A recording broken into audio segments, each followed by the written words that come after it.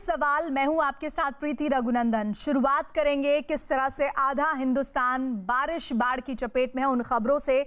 पटना से इसकी शुरुआत हम करने जा रहे हैं, जहां कई इलाकों में एक बार फिर बाढ़ जैसे हालात बन गए हैं। पिछले साल भी पटना में बाढ़ आई थी, जिसके बाद सरकार की तरफ से लाखों दावे किए गए थे, लेकिन लगातार हो रही बारिश की वजह से इस साल भी शहर के कई इलाकों की सड़कें और गलियां तालाब जैसी दिखाई देने लगी हैं। लोगों को इसी पानी के बीच से आना जाना पड़ रहा है। सड़कों की तो बात छोड़ दीजिए, पानी अब लोगों के घरों में घुस गया है। आलम यह है कि लोगों को पानी के बीच ही रहना पड़ रहा है और उसी के बीच अपनों के लिए खाना भी बनाना पड़ रहा है, उनके लिए बंदोबस्त करना पड़ रहा है। इसी तरह से बारिश होती रही तो पटना में एक बार फिर बाढ़ से हालात बिगड़ सकते हैं। पटना में बाढ़ जैसे हालात बनने के बाद लोगों में सरकार के खिलाफ एक बार फिर नाराजगी है। यहाँ अक्सर हल्की पानी में ही यहाँ पूरा भर जाता है। ये इतना ज़्यादा भर जाता है कि निकलना घर से मुश्किल है। हर घर को देखिए कि इसमें पानी है, सिर्फ 1 घंटा के बारिश में। हर बार का स्थिति है, ये सरकार का फेलियर है। भले जो सरकार कह ले कि हम ये कर रहे हैं वो कर रहे हैं, बट उनका तो काम पटल पे नज़र आ जा रहा है क्या कर रहे हैं वो। अगर काम ही उन्होंने किया रहता तो ऐसी स्थिति आज पटना में शायद देखने को नहीं मिलती। बिहार के मुजफ्फरपुर में बूढ़ी गंडक नदी का पानी अब शहर के कई इलाकों में घुस गया है। हालात ये है कि बाढ़ के पानी की वजह से लोगों को घर की छतों पर जाना पड़ा है। लगातार हो रही बारिश की वजह से लोगों की मुश्किलें बढ़ती जा रही है। शहर की सड़कें, गलियां, हालात ये हैं कि अब तालाब बन गई हैं और लोगों को इनके बीच से होकर जाना पड़ रहा है। वैसे तो मुजफ्फरपुर को स्मार्ट सिटी का दर्जा है, लेकिन बाढ़ के हालात देखकर अंदाजा लगाइए कि लोगों को यहाँ कितनी मुश्किल का सामना करना पड़ रहा है। और लगातार हो रही बारिश की वजह से बिहार के बेतिया में बाढ़ जैसे हालात हैं। हालात ये हैं कि शहर के कई इलाकों में तो 2 से 3 फीट पानी भर गया है। निचले इलाकों के कई घरों में भी पानी भरा हुआ है। शहर की गलियां तालाब बन गई हैं और इनके बीच से ही लोगों को आना जाना पड़ रहा है। शहर के ज्यादातर मोहल्ले पानी से लबालब भरे हुए दिखाई दे रहे हैं। तो बिहार के बेतिया में देखिए, बाइक लगभग आधी पानी में डूबी हुई है। आप घरों के सामने कोई सड़क नहीं देखेंगे, सिर्फ पानी ही पानी देखेंगे। और अगर इस पानी से किसी को गुजरना होगा तो समझिए वो कैसे गुजरेगा, उसके लिए बहुत ज़्यादा मुश्किलें हैं। अब नौबत यह आ गई है कि लोगों के घरों में, दुकानों में पानी घुस गया है। पहले तो वो घर से इस पानी को बाहर निकाले, तब जाकर बाकी जो रोज़ के काम हैं उनकी तरफ ध्यान दें। बिहार में कोसी नदी में आई बाढ़ की वजह से सबसे ज्यादा नुकसान मधेपुरा को हुआ है। मधेपुरा में बाढ़ की वजह से कई गांवों में पानी घुस गया है।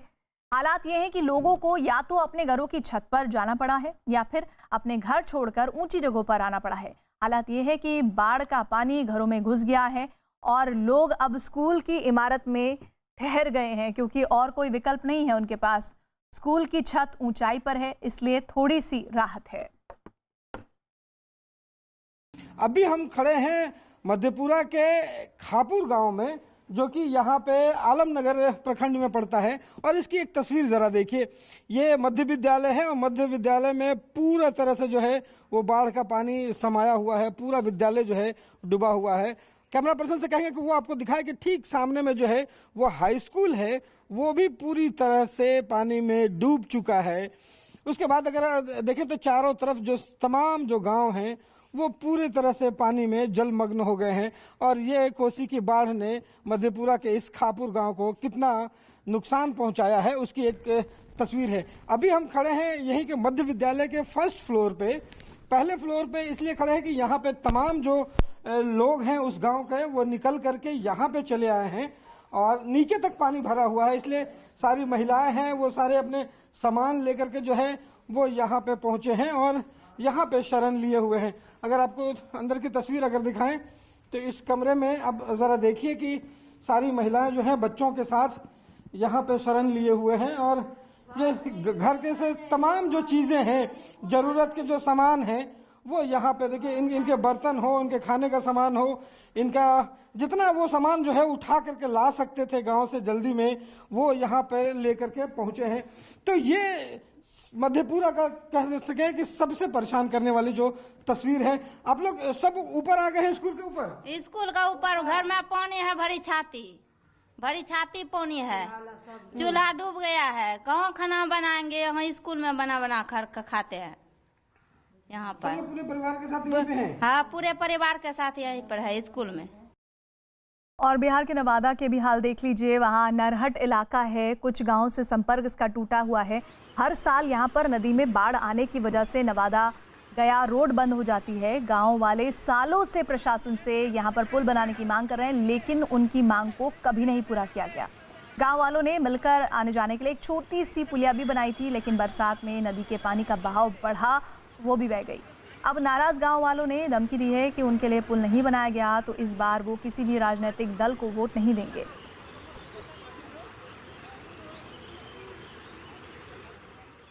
पुल नहीं मिलने के कारण ग्रामीणों ने यह तय किया था कि नदी में एक डायवर्जन का निर्माण कर गांव को मुख्य सड़क से जोड़ा जाएगा। ग्रामीणों ने ऐसा किया भी और चंदा इकट्ठा कर ग्रामीणों ने कल एक डायवर्जन का निर्माण भी किया, मगर नदी के तेज़ धारा में यह डायवर्जन भी बह गई। यह डायवर्जन बहना उनके लिए ऐसा था जैसे मानो उनका एक सपना भी उस पानी के साथ बह गया हो। इसलिए ग्रामीणों ने यह तय किया है कि अगर इसी प्रकार उनकी उपेक्षा होती रही तो वो आगामी चुनाव में वोट का बहिष्कार कर उन नेता एवं जनप्रतिनिधि को जवाब देंगे। पिथौरागढ़ के गैला इलाके में बादल फटने के बाद हुई तबाही से 3 लोगों की मौत हो गई है, जबकि 5 लोग गंभीर रूप से घायल हुए हैं। बादल फटने का मतलब होता है एक ही जगह पर बहुत तेज बारिश होने लगती है। इस तबाही में 3 मकान पूरी तरह से मलबे में बदल गए हैं। मौके पर पहुंची राहत और बचाव की टीम ने घायलों को मलबे से निकालकर अस्पताल तक पहुंचाया और इस बीच राहत और बचाव के लिए उत्तराखंड के मुख्यमंत्री त्रिवेंद्र रावत ने एनडीआरएफ की टीम भेजने के निर्देश दिए हैं। उत्तराखंड में पिथौरागढ़ के मुनस्यारी इलाके में भारी बारिश ने जमकर तबाही मचाई है। भारी बारिश की वजह से पहाड़ से मलबा तेजी से नीचे गिरा और आसपास के इलाकों में बढ़ता चला गया। पानी के साथ बह रहे मलबे को देखकर ऐसा लगा मानो वहां कोई नदी तेज बहाव में बह रही हो। पानी के साथ गिर रहा मलबा जहां से भी गुजरा वहां लोगों की मुश्किलें बढ़ती गईं। वहां कई मकानों में भी मलबा भर गया, जिससे इलाके के लोग दहशत में हैं। बताया गया है कि वहां 5 मकान पूरी तरह मलबे में दब गए हैं, जिसके बाद वहां रह रहे लोगों को निकालकर सुरक्षित जगहों तक पहुंचाया गया। यहां बरसात की वजह से घरों में दरार पड़ गई है। भारी बारिश की वजह से नदियां और बरसाती नाले भी उफान पर हैं और इसकी वजह से कई जगहों पर कटान हो गई है, जबकि कई जगहों पर रास्ते मलबा लगातार पड़ा होने की वजह से बंद हो गए हैं और लोगों को भारी परेशानी हो रही है।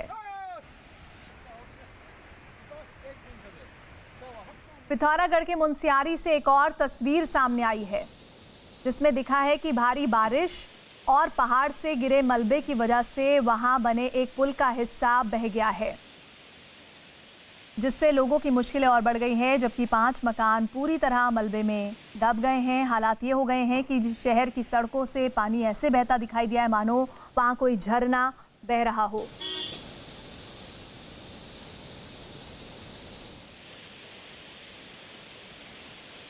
हिमाचल में किन्नौर से सांगला में आई बाढ़ ने सेब के बागों को बहुत नुकसान पहुंचाया है। बाढ़ की वजह से सेब की खेती करने वाले किसानों का लाखों रुपए का नुकसान हुआ है। बताया जा रहा है कि पहाड़ों पर बारिश के कारण बर्फ पिघलने की वजह से नालों में बाढ़ आ गई।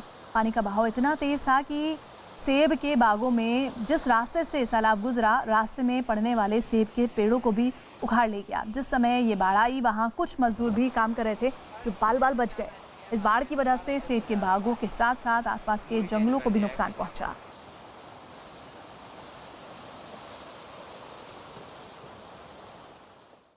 और उत्तराखंड से खबर, चमोली के पास पीपलकोटी के पास पहाड़ खिसकने की वजह से बद्रीनाथ जाने वाला रास्ता बंद है। पहाड़ से मलबा सड़क पर गिर रहा है। इसकी वजह से रास्ते में फंसे लोगों को एनडीआरएफ और एसडीआरएफ की टीम ने बाहर निकाला है। रास्ता पूरी तरह से बंद हो चुका था, जिसके बाद मौके पर पहुंची एनडीआरएफ की टीम ने पहले पहाड़ी पर एक रस्सी बांधी और फिर इस रस्सी के सहारे एक एक व्यक्ति को बाहर निकाला। असम में भी ब्रह्मपुत्र नदी का पानी कहर बरपा रहा है। हालात तो ये हैं कि असम के 26 जिले बाढ़ से प्रभावित हैं। बाढ़ प्रभावित जिलों में असम का सोनितपुर जिला शामिल है, जहां पर ब्रह्मपुत्र नदी का पानी अब लोगों के घरों में घुस गया है। कई घरों में तो ये आलम है कि कमर तक पानी डूबा हुआ है। सामान और लोगों की परेशानियां इस दौरान बढ़ती जा रही है। ज़्यादातर सामान ब्रह्मपुत्र नदी के पानी की भेंट चढ़ा हुआ है। और लोगों के जो जानवर हैं वो भी इस बाढ़ बारिश के हालात में बहुत परेशानी में हैं। बाढ़ की वजह से असम के लोग बेहाल है। अभी भी असम के 26 जिले बाढ़ से प्रभावित हुए हैं और असम की शोणितपुर जिले में भी करीब 33,000 लोग बाढ़ से प्रभावित हुए हैं। घर से बेघर है, बांध शिविर में है वो लोग। और मैं इस वक्त उपस्थित हूँ शोणितपुर जिले की बड़सला जो बाढ़ पीड़ित इलाका है। इधर में भी बाढ़ की स्थिति अभी तक सामान्य नहीं है और मैं दिखाना चाहूँगा इस तरह से ब्रह्मपुत्र नदी बढ़ने से शोणितपुर जिले की वो बड़सला इलाका है, ये बाढ़ पीड़ित इलाका है। इस जगह में भी बाढ़ ने ऐसे स्थिति क्या है कि लोग अभी भी शिविर में रह रहे हैं। और असम के 26 जिले बाढ़ से बहुत बुरी तरह प्रभावित हैं। बाढ़ और बारिश की वजह से असम के 26 जिलों के 55 लाख लोग प्रभावित हैं। असम के मोरी गांव में कई गांव प्रभावित हैं और हालात तो ये है कि हर तरफ बाढ़ का पानी है, जिसकी वजह से लोगों की परेशानियां बहुत ज़्यादा है। कई जगहों पर रास्ते पानी में बह गए हैं और लोगों को आने जाने में बहुत दिक्कत हो रही है। नावों के जरिए ही लोग कहीं आ जा पा रहे हैं। गाँव में पानी गर्दन तक पहुँच गया है, जिसमें डूब कर लोग चलने को मजबूर हैं। खेत मकान सब पानी में डूबे हैं। आप देखिए लोगों के घरों को अगर तो वहाँ समतल ज़मीन नहीं, सिर्फ पानी दिखेगा, जो ऐसा लगता है कि गांव टापू में तब्दील हो गए हैं। असम के कामरूप की तस्वीर देखिए। बाढ़ की वजह से वहाँ हालात बहुत ख़राब हैं। गाँव के गाँव टापू बने हुए हैं, जिससे लोगों के सामने खाने पीने की बड़ी परेशानी है। जहाँ तक नज़र जाएगी पानी दिखेगा। हर तरफ पानी भरने के बाद ऐसा लगा मानो वहाँ कोई नदी तेज़ बहाव में बह रही हो। गांव में बने मकान पूरी तरह पानी में डूबे हैं। लोगों को कहीं भी आने जाने के लिए नावों का सहारा लेना पड़ रहा है। वहीं बाढ़ से प्रभावित आबादी को निकालकर राहत शिविर तक पहुंचाया गया है। असम में बाढ़ से 26 जिलों के 55 लाख लोग प्रभावित हैं और अब तक 79 लोगों की जान जा चुकी है। और असम का नगांव जिला भी पूरी तरह बाढ़ से प्रभावित है। हर तरफ पानी दिखेगा आपको। लोग या तो अपने घरों में ही फंसे हैं या फिर बल्लियों और पटरों के सहारे जान बचाने के लिए घर से बाहर निकलने को मजबूर है। नगांव जिले में बाढ़ में फंसे इन लोगों का सबसे बड़ा दर्द ये है कि ना इनके पास खाने का सामान है, ना बाहर जाने का कोई साधन, और ऊपर से इन लोगों के पास अब तक प्रशासन की तरफ से मदद भी नहीं पहुंची है।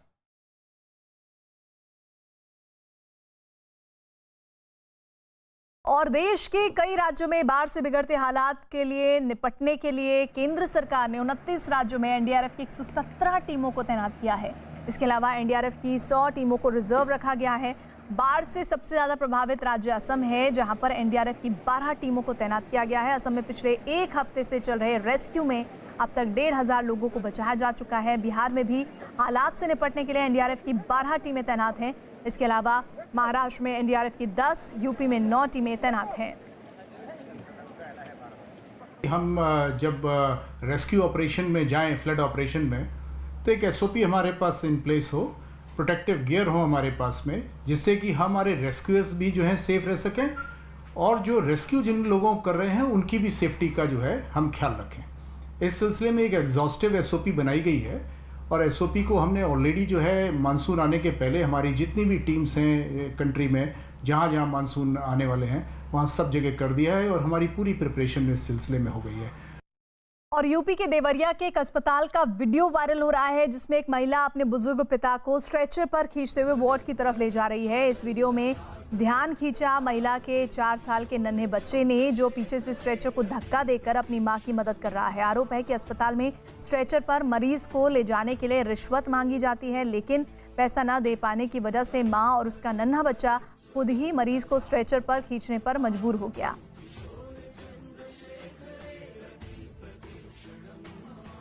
प्रथम दृष्टया जो वार्ड बॉय है वो दोषी पाए गए हैं और सीएम साहब के द्वारा उनको तत्काल हटा दिया गया है। और जो एजेंसी है प्राइम क्लिनिक, उनको भी एक नोटिस दिया गया है, क्योंकि कुछ वेतन विसंगति के कारण उनके लोग हड़ताल पे थे, तो उनसे जवाब तलब किया गया है और अगर जवाब संतोषजनक नहीं हो तो उनके खिलाफ कार्रवाई भी की जाएगी।